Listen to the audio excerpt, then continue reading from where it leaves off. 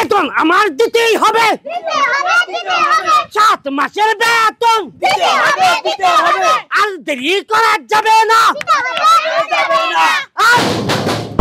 মালিক পক্ষ ভাই হোক দিতে হবে প্রিয় সংগ্রামী ভাই ও বন্ধুরা এদিকে আসো পিএম সাহেব আপনি এদিকে আসেন মায়া মানুষের কোলে যায় দাঁড়ান কেন আপনি দাঁড়াবেন আমাদের জায়গায় সংগ্রামী ভাই ও বন্ধুরা আজকে 7টা মাস ধরে আমাকে বেতন আটকে রাখছে এই কোম্পানি আমাদের বেতন দেয় না তাই বলে কি আমরা হাত পা গুছায় থাকবো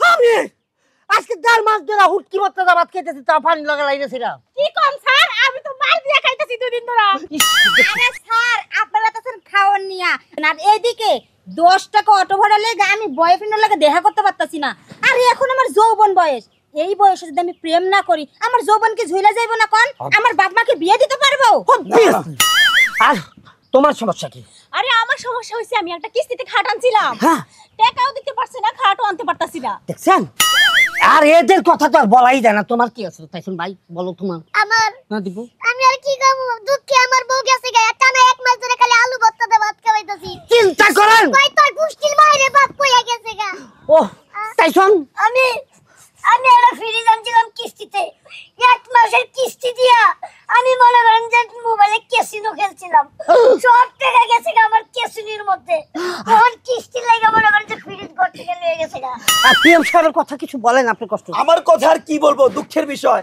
আমি একটা ডিরেক্টরের সাথে কাজ করতাম পিএম পোস্টে তো অনেক টাকা বেতন পাইতাম এখন যে আমার কয়েকটা মাস ধরে স্যালারি পাচ্ছে না আমার বউ বাচ্চা বাসায় না খেয়ে থাকতেছে আমি কিভাবে যে কি করব গত কয়েকটা সপ্তাহ ধরে আমি বাড়ি ছেড়ে রাস্তায় ঘুরতেছি আজকে আসছি বেতন নিতে এখানে তাও কোনো কি পাচ্ছি না এই দুঃখেই আমরা এখানে আসছি প্রিয় বন্ধুরা এবং সাথীরা আমার সংগ্রামী ভাই বন্ধুরা যারা আমার সাথে একজোট হয়েছেন এখন আমি জোরে চিৎকার করতে পারতাছি না আমার কেউ পারলে কুয়াতে না খেলাতে না বিলেতে এক গ্লাস পানি এনে দাও আমার গলা শুকিয়ে গেছে পানি খাওয়ার সময় নাই এই অফিস বাইন গেলামু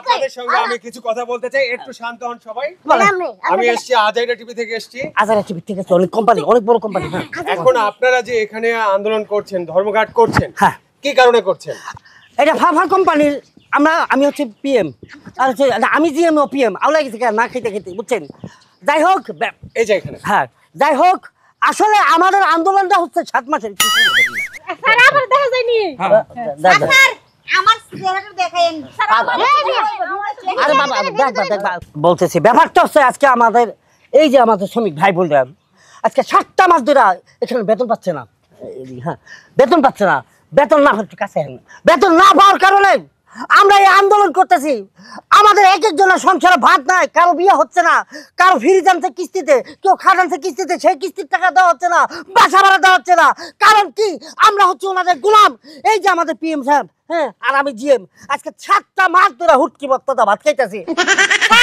আমারটা নেন দেখেন এই ক্যামেরাটা ভালো করে ধরেন কথা হয় না আর কথা হয় না আমার কথা নেন আচ্ছা বলেন ভালো করে ধরেন আচ্ছা আপনি বলেন সবচেয়ে বড় সমস্যা হইছে আমার স্যার আমি মনে করি যে 5 মাস ধরে বেতন পাই ঠিক মতন করে চাইলেও নিতে পারি না খাওয়াও নিতে পারি না আর আমার জামাই কইছে আমার ডিভোর্স দিব আমি বলে না খাইতে খেতে হুকাই দিই এটা অত্যন্ত দুঃখজনক একটা কথা কারণ হচ্ছে একটা কোম্পানির মালিক যখন কর্মচারীদেরকে টেক কেয়ার না করবে তখন আসলে সবারই তো কষ্ট হবে আচ্ছা আপনি কি সমস্যা তোমার জামাই কি জানে না যে হাতে মরলেও লাখ টাকা বাঁচলেও লাখ টাকা আপনি অদ্ভুতন কেন আপনি কেমন আপনি বলেন আমি বলতে চাচ্ছি আপনার কি সমস্যা সেটা বলেন আপনি কি এদিকে হয়ে বলেন আমাকে তো নিয়ে হেন ঘটনা হচ্ছে কি স্যার আমার না বিয়ে হইতেছে না বুঝছেন আমার এই বেতনের কারণে বিয়েটা আটকায় যাইতেছে আমার বাবা গরিব মানুষ তো ভ্যান চালায় খায় এখন এই টাকা যদি না দেতেন আমার বিয়ে কেমনে হইবে আমার তো যৌবন ফুরাইয়া যাইতেছে তোর বাপের কো ভ্যান গাড়িটা বেচে দিতে আচ্ছা বাবারে আচ্ছা শুনেন আমি একটা কথা বলি কারণ হচ্ছে আপনারা সবাই হচ্ছে কর্মজীবী সবাই হচ্ছে এই কোম্পানিতে চাকরি করেন তো সেই ক্ষেত্রে আমি যেহেতু এখানে কথা বলছি আজাইরা টেলিভিশন থেকে আমি যেহেতু এসেছি এই যে মাসে মাসে দুটো ধরেন ওরা খুব এই নিউজটা করার কারণে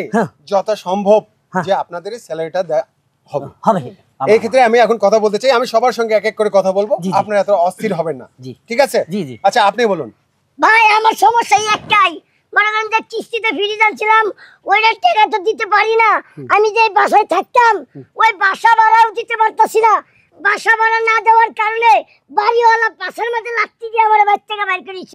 ফুটপাতে থাকে। হালার বলা আমি কইছি ফুটপাত। স্যার মাথা মতো ঠিক নাই, কাজের কথা মতো করেন না। আমি এখন কি করি জানেন? আমি ফুটপাতে থাকি না, আমি 5 তলা বিল্ডিং এ থাকি না, আমি এখন থাকি রিক্সার গ্যারেজে। রিক্সাই চালাইতাম, কিন্তু আমি মানুষ ছোট থেকে রিক্সাও চালাইতে পারতেছি না। এটাই তো আমার মনে দুঃখ। যাক, আপনার কথা শুনে বুঝতে পারলাম যে আপনার অনেক দুঃখ, অনেক কষ্ট।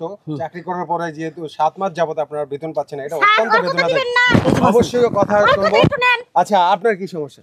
আমার কিছু বলার নাই ভাই, এমন একটা মানুষের চাকরি করি, 3 মাস 4 মাস ধরে বেতন দেয় না। নতুন একটা বিয়া করছি, বউরে আলু ভর্তা ভাত খাওয়াইতে খাওয়াইতে বউ আমার উষ্টা মেরে থেকে গেছে। ও হচ্ছে অতি শোকে পাথর হয়ে গেছে, পাথর পাথর। স্যার আমারটা একটু নেন স্যার। বলেন। স্যার আমি অনেক কষ্ট করে কিস্তিতে একটা খাট আনছিলাম স্যার, এই খাটটাও আমার নিয়ে গেছে, টাকা দিতে পারি না। হ্যাঁ, মেকআপ বক্স হয়ে গেছে গা। এই কয়টা আহা, আপনাদের এই কষ্টের কথা শুনে আমি অনেক কষ্টিত হয়ে গেছি। সত্য কথা বলতে দেখেন, আমাদের বাংলাদেশের যে কোম্পানিগুলো আছে, আমাদের হচ্ছে যারা আমরা হচ্ছে কর্মজীবী, যারা হচ্ছে কর্মচারী, এদের মনে করেন যে রক্তের ঘাম শুকানো টাকা তারা করে কি বিলাসিতা করে। তারা মনে করেন যে বড় বড় 5 স্টারে খাওয়া দাওয়া করে, তাদের বাচ্চা কাচ্চাদেরকে দেশের বাইরে রাখে, কিন্তু আপনাদের ন্যায্য পারিশ্রমিক তারা ঠিক সময়ে দেয় না। আমাদের কথাই একটাই, আমাদের দাবি মানতে হবে, মানতে হবে। আমাদের দাবি মানতে হবে, মানতে হবে। আমাদের দাবি মানতে হবে।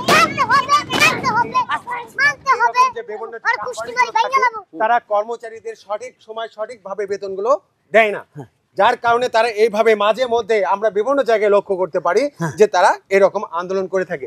কারণ তাদের তো চাহিদা অনেক বেশি না, তারা খেটে খায়, তাদের নিজ যে পারিশ্রমিক এতটুকু দিলে তারা ডাল ভাত খেয়ে কিন্তু বেঁচে থাকতে পারে, সুন্দরভাবে একটা পরিবার পরিচালনা করতে পারে। আমাদেরও রিকোয়েস্ট, আমরা চাইবো যে সরকার যদি বড় বড় কোম্পানির দিকে সুনজর দেয়, তাহলে তারা কিন্তু কুনজর দিতে পারবে না, কারণ তারা ওই কর্মচারীকে গাম শুকানোর আগে বেতনটা দিয়ে দিবে। আমার একটা কথা, আমাদের কোম্পানির মালিক মনে হয় অস্ট্রেলিয়ান একটা বিবাহ করেছে, আর অনেক খরচপাতি লাগে, এজন্য আমাদের টাকা মেরে সে চলে গিয়েছে বাংলাদেশ থেকে। হ্যাঁ, আপনি অনেক মূল্যবান একটা কথা বলেছেন। যারা হচ্ছে অনেক টাকাওয়ালা তারা বিভিন্ন ভাবে বিভিন্ন কিছু করে থাকে। ঠিক আছে, যাক, আজকের পরে আপনারা যে আন্দোলন করতেছেন, আপনাদের দাবি যতক্ষণ আদায় না হবে ততক্ষণ অবধি আপনারা এই অবরোধ অব্যাহত রাখবেন। জি জি, অবশ্যই। আর এটা অবশ্যই আমাদের চ্যানেলে প্রচার করা হবে। ইনশাআল্লাহ। এখানে রক্ত বই যাবে,